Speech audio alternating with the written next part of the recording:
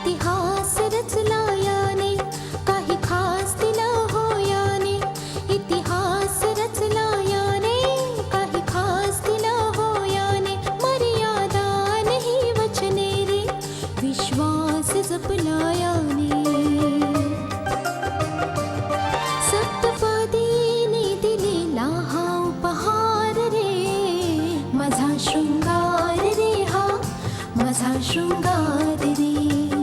माझा शृंगार रे हा, माझा शृंगार रे. मंगळसूत्र मंगळसूत्र मंगळसूत्र मंगळसूत्र मंगळसूत्र मंगळसूत्र मंगळसूत्र मंगळसूत्र.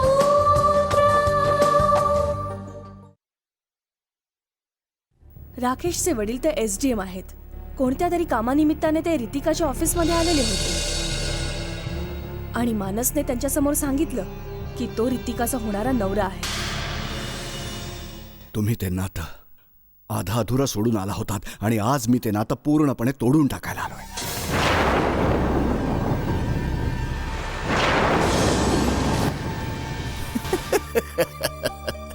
पत्रकारितेमध्ये खूपच मोठी मजल गाठणार आहे तू. पण एक गोष्ट सांगू, हे नातं मला काही नीट समजलं नाही बाबा. नाही पप्पा, जर त्यांना माझ्यामुळे त्यांची नोकरी गमवावी लागणार असेल तर हे मला मुळीच आवडणार नाही. तू एखादी असहाय्य लाचार निराधार मुलगी नाहीयेस.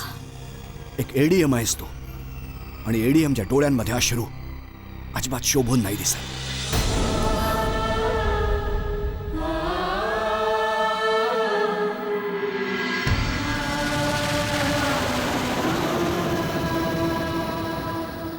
हे तुम्ही काय बोलताय? कोणी काही बनू दे, पण कोणी आपल्या भावना तर नाही मारू शकत.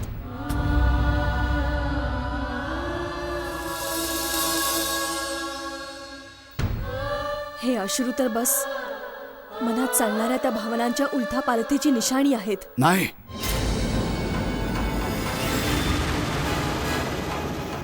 कमकुवतपणाची निशाणी असतात.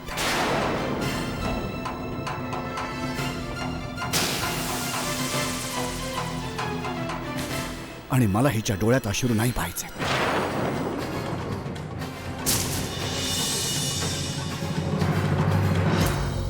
मला वाटतं की हिचा निश्चय एखाद्या पर्वता एवढा कठोर असावा.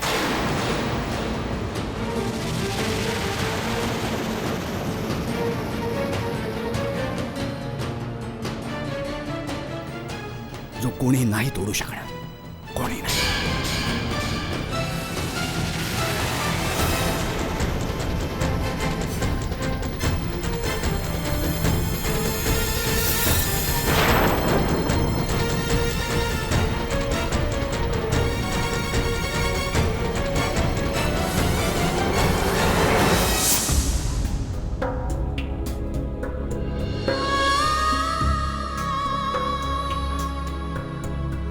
राजेश्वरला हे मान्य नाहीये की त्याने तुझ्या अंडर, तुझ्या खाली काम करावं. जिथे तुझा हुद्दा त्याच्यापेक्षा मोठा असेल, जिथे तू प्रश्न विचारशील त्याला उत्तर द्यावं लागेल, हे त्याला मान्य नाही. म्हणूनच रिझाईन करतोय, नोकरी सोडतोय.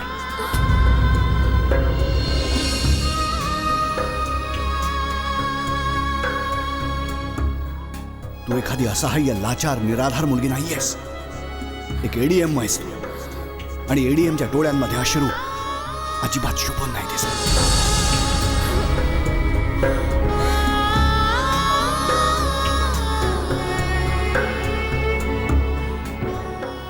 मला हिच्या डोळ्यात अश्रू नाही पाहायचे. मला वाटतं की हिचा निश्चय एखाद्या पर्वता एवढा कठोर असावा, जो कोणीही नाही तोडू शकणार, कोणी नाही.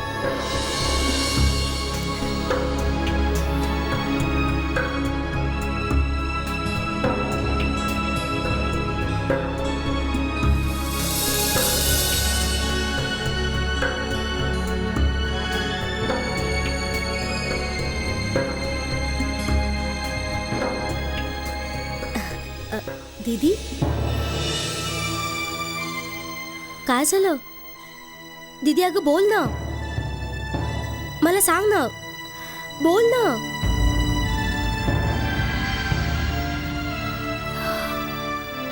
दिव्या, पश्चातापाची आग पुन्हा एकदा मला जाळून टाकणार आहे. काय काय केलंस काय तू दीदी? तेच तर मला समजत नाहीये. काहीही केलं नसताना सुद्धा एकदा पप्पांमुळे त्यांना आपला मुलगा गमवावा लागला होता आणि आज माझ्यामुळे त्यांची नोकरी जाते. ते राजीनामा देत आहेत. बघ ना दिव्या, नशीब पण कसे कसे खेळ खेळते माझ्यासोबत. नाहीतर माझी नियुक्ती त्या तालुक्यात नसती झाली जिथे पप्पा SDM आहेत. आता तूच सांग मी काय करू? पण यात तुझी चूक काय आहे दीदी? माझी चूक नाहीये दिव्या. तरीही त्यांनी राजीनामा देणं माझ्यासाठी एखाद्या शिक्षेपेक्षा कमी नसेल. मी असं नाही होऊ देणार, नक्कीच नाही होऊ देणार. पण काय तू मग त्यांना राजीनामा देण्यापासून थांबवू शकतेस? दिव्या, या गोष्टीचा अधिकार कायदा तर मला नाही देऊ शकत, पण मी कधीतरी त्यांच्या घरची सून होते. या नात्याने तर मी त्यांना समजावू शकते ना. मी जाईन आणि त्यांना समजावीन की हे चुकीचं आहे, त्यांनी असं करू नये. त्यांना समजवावं लागेल. मी जाणार, लवकरच जाणार. जास्त उशीर होण्याआधी मी जाणार. मी जाणार.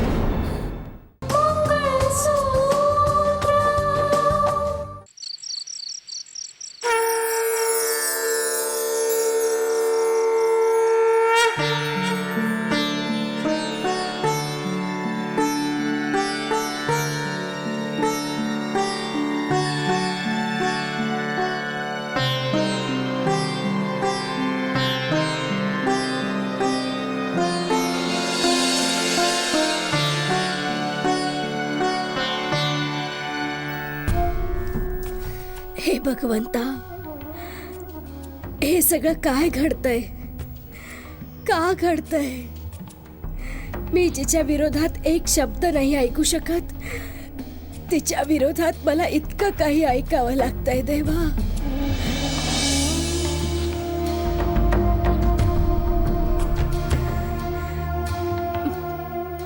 प्रभू, या लोकांच्या अहंकाराच्या मध्ये माझ्या सुनेच्या सुखाचा गळा घोटला गेला.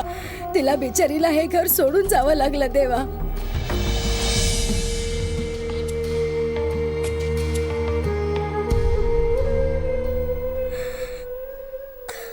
आणि आज जेव्हा ती आपल्या पायांवर उभी आहे, तर हा आरोपही तिच्याच डोक्यावर येणार आहे की तिच्यामुळे माझ्या पतीला नोकरीचा राजीनामा द्यावा लागला.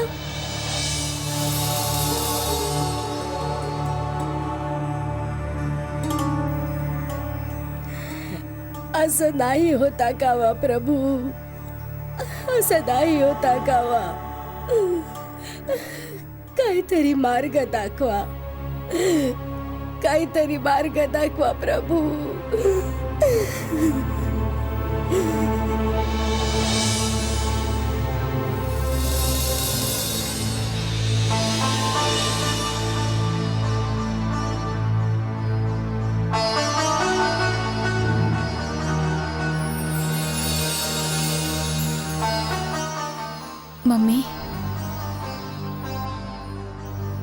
मम्मी, आशीर्वाद द्या मला.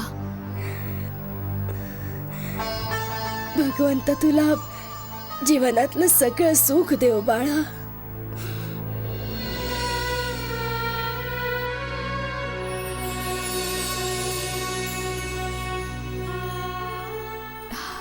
माहित नाही मम्मी, आता या जीवनात सुख आहे तरी की नाही.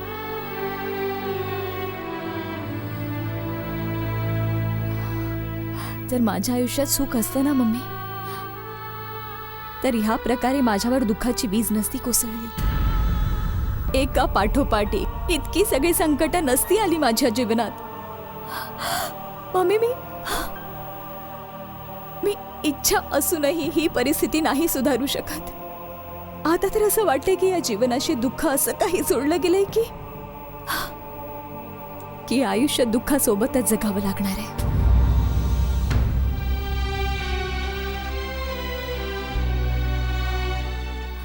माझा स्वतःचा हा नाईलाज आहे मम्मी की मी रडूही नाही शकत, कारण जगासाठी तर मी एक कलेक्टर आहे ना, म्हणून मी रडू नाही शकत. मला हिंमत दाखवावी लागेल. मी तुझ्या डोळ्यात अश्रू नाही बघू शकत बाळा. मग मम्मी तुम्ही प्लीज प्लीज पप्पांना समजवा ना. प्लीज त्यांना सांगा की त्यांनी राजीनामा देऊ नये. मम्मी मला माहिती आहे तुम्हीच त्यांना समजावू शकता. मम्मी प्लीज, जर त्यांनी राजीनामा दिला ना तर माझ्या मनावर कायम ओझं राहील. मम्मी प्लीज त्यांना सांगा की असं नका करू. तुम्हाला काळजी करण्याची काही गरज नाही.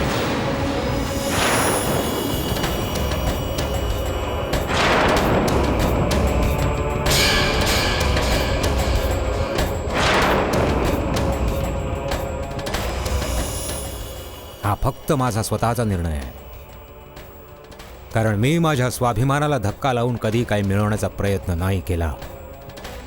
मॅडम कलेक्टर,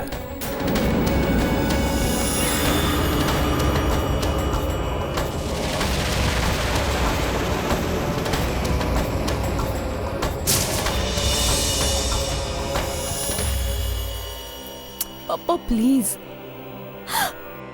मी इथे कलेक्टर म्हणून नाही आले पप्पा. तुम्ही मग काय या घरची सून म्हणून आलात?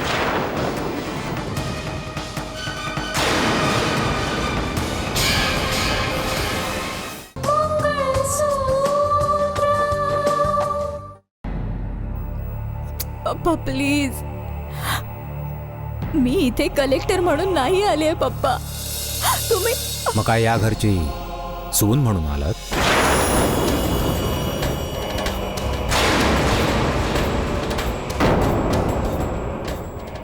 जर असं काही वाटून आला असाल तर पूर्णपणे चुकीचं आहे, कारण सून तर तुम्ही या घरच्या आता नाही राहिला.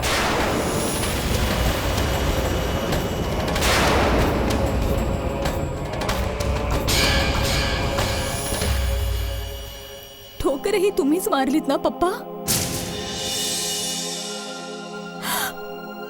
आणि पप्पा, जेव्हा कोणी आपला माणूस ठोकर मारतं ना तेव्हा त्याला आपलंच करायला जगामध्ये हजारो लोक तयार असतात.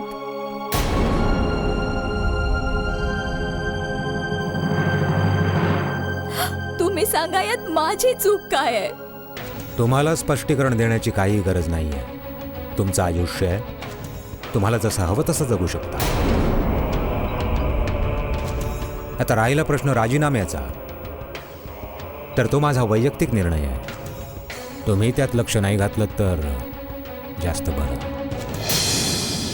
पप्पा, तुम्हाला मला या गोष्टीची जाणीव करून द्यायची आहे का की मी कलेक्टर बनून चूक केली आहे का? नाही बाळा, तू कोणतीही चूक नाही केलीस. आम्हाला तुझा अभिमान वाटतो बाळा. पण मम्मी, पप्पांनाही माझा अभिमान वाटला असता तर त्यांनी एक वारही राजीनाम्याचा विचार केला नसता. मम्मी,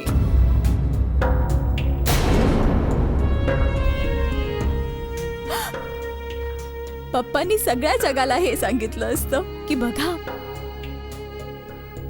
माझी सून कलेक्टर होऊन आली आहे आणि मला तिचा अभिमान वाटतो.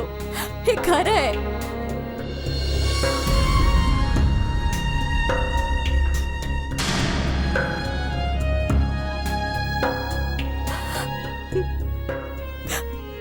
पप्पा, मी तुम्हाला एक प्रश्न विचारते की माझ्या जागी जर राकेश कलेक्टर होऊन आले असते तर तुम्हाला त्यांचा अभिमान वाटला असता की शर्मेने मान खाली गेली असती? सांगा ना पप्पा, बोला ना पप्पा.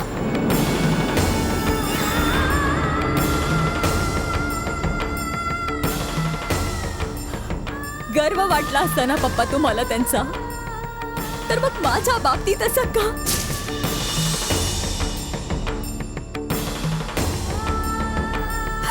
पप्पा प्लीज प्लीज तुम्ही राजीनामा नका देऊ.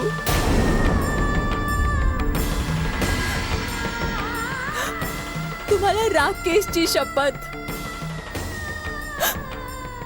मी हात जोडते. प्लीज प्लीज राजीनामा नका देऊ.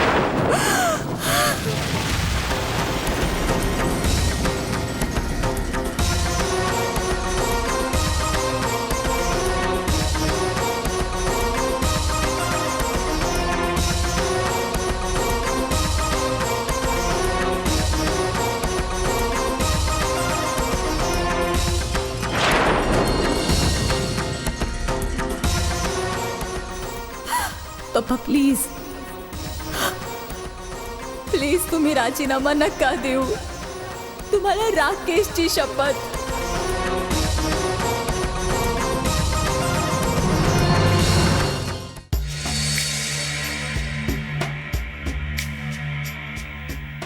गुलशनचं या लग्नाशी काय घेणं देणं आहे डॅड?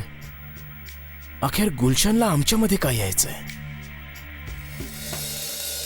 माहित नाही बाळा, मला तर समजतच नाहीये की अखेर त्याला हवंय तरी काय. त्याला ही गोष्ट तर नक्कीच माहीत असेल की रितिकाला त्याच्या बाबतीत सगळं कळलेलं आहे. मनातून तो घाबरलेला तर असेलच डॅड, हो की नाही? आणि त्यामुळे त्याचं षडयंत्र असेल. एक गोष्ट लक्षात ठेव मानस, की दुखावलेला आणि घाबरलेला साप जास्त धोकादायक असतो आणि तो आपल्या भीतीमुळे कोणालाही डसू शकतो. हे लग्न आपल्यासाठी इतकं महत्वाचं नाहीये की आपण सगळ्या जगाशी वैर पत्करावं. महत्वाचं आहे मॉम, महत्वाचं आहे. हे लग्न होणार म्हणजे होणार, काहीही झालं तरी होणार. आपण घाबरून मागे नाही हटायचं. बरोबर आहे तुझं बाळा. मला असं वाटतं की आता तो या लग्नामध्ये घोडा घालण्याचा प्रयत्न करू शकतो. You're right dad. अशीच माणसं अडथळे आणत असतात, गुलशन सारखी माणसं. मी आजच आदित्यजींशी बोलतो. लवकरात लवकर लग्नाचा मुहूर्त निघाला पाहिजे.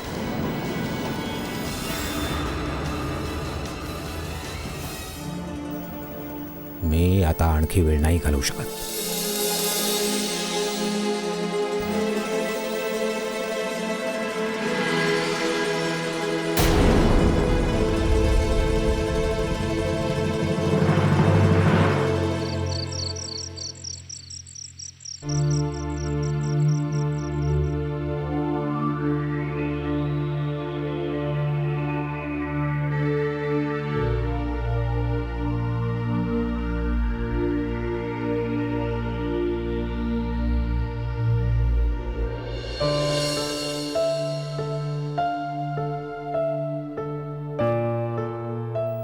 आत्या आत्या, असं मनातल्या मनात घुसमट करून घेऊन काही नाही होणार. आत्या, तुझ्या मनात जे काही आहे ते तू बोलून टाक. शालू, मी कितीही ठरवलं तरी माझ्या मनाची समजूत नाही काढू शकत. कालपर्यंत माझ्या मनात ही आशा होती की मी माझ्या सुनेला परत घेऊन येईन. माझी रितिका माझ्या सोबत राहील. पण जेव्हापासून ही बातमी समजलीये की तिचं दुसरं लग्न होणार आहे, माझ्या सगळ्या आशा संपल्यात बाळा. अगं आत्या, ती तुझी सून आहे आणि जोवर तू हो नाही म्हणत ते लोक रितिका वहिनीचं लग्न दुसऱ्या कोणाशी करूच नाही शकत.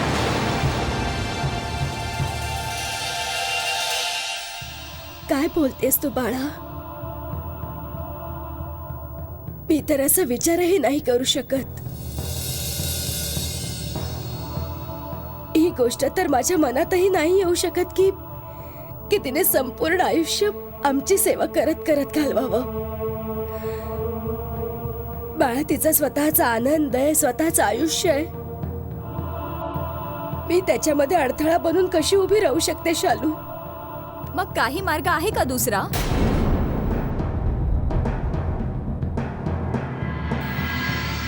तोच तर विचार करते की काय मार्ग असू शकतो.